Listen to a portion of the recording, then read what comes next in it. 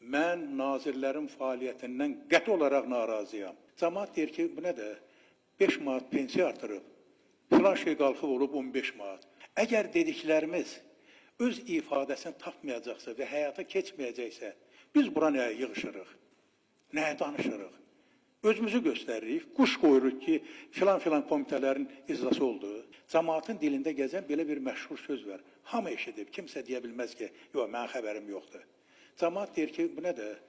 5 manat pensiya artırıb, filan şey qalxıb olub 15 manat.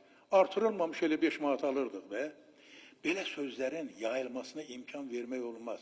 Bu o deməkdir ki, gördüyün isbatlı bir işi zayləyib atırsan çölə.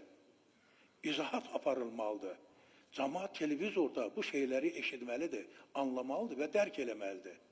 Hörmətli Ziyafət müəllim, mənim ünvanına söz deyəcəyim nazirlərin heç biri burada yoxdur.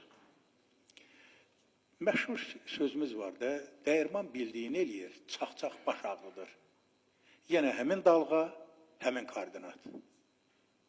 Yenə Milli Məclis, yenə noyabr ayı, yenə büdcə məsələlərinin müzakirəsi, eyni ilə keçən ilki mənzərə və ondan əvvəlki mənzərələr. Əgər dediklərimiz öz ifadəsini tapmayacaqsa və həyata keçməyəcəksə, biz bura nəyə yığışırıq? Nəyə danışırıq? Özümüzü göstəririk, quş qoyuruq ki, filan komitələrin icrası oldu. Onsuz da plenar icrasda bu sözlər deyiləcək. Amma bəzilərin burada onların özünə demək lazım idi ki, bunlar dərk eləsinlər, başa düşsünlər. Mən nazirlərin fəaliyyətindən qəti olaraq narazıyam. Hansı nazirin? Məsələn? Məsələn, Mədəniyyət Nazirliyi. Niyə? Mən keçən il plenar iclasda dedim ki, bir dənə faktı deyəcəm və bundan başqa heç nə deməyəcəm. Saxlayıram qalanın plenar iclasa. Dedim ki, Mərkəzi Şəhər Kitabxanası və Uşaq Kitabxanası 87-ci ildə tikilən bir binada cəmləşiblər. Oturublar orada. Bu cəmaatın, üzr istəyirəm, deməliyəm də, deyirsiniz ki, məsələ, mən də məsələnə cavab verirəm. Bu 32 nəfərdən ibarət 2 kollektivin sanitar qovşağı yoxdur. İnsanlar zəruri ehtiyaclarını ödəmək üçün kitabxanadan çıxıb sağa, sola, önə, arxaya evlərə girirlər. Xahiş eləyirlər, yalvarırlar, əzab çəkirlər. Ay, yekə kişisən, keçən il dedim də bunu sənə. İstəyirəm, Səyyad müəllim. Vay, belə şey olar.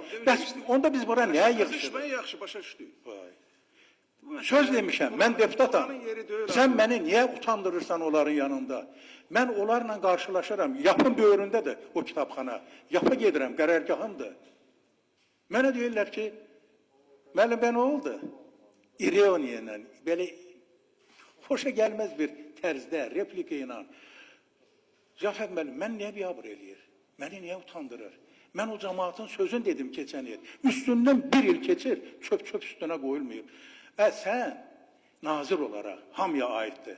Yaşından asılı olmayaraq o camiyənin ağsaqqalısan, böyügüsən, rəhbərisən, onlar da sənin ailə üzvlərindir. Sən necə razı olursan ki, sənin ailə üzvlərin o cür miskin günə qalsınlar? Axı bunu həll edib ortalığa çıxartmaq 2 ya da 3 min manatın başındadır. 5 mindən yuxarı tenderləndir o işləri görmək üçün. Aydındır. Amma 5 minə qədər nazirlik, sən bunu həyata keçirə bilərsən, mən bunu sənə Adil Kərimli bağışlayaram, öz adına baxı, Adil Kərimli. Hanı sənin adilliyin? Hanı sənin kərimliliyin? Allahın 99 adından ikisini daşıyırsan. Belə olmaz. Bir dəqiqə düşürəm də yaxşı, aydındır.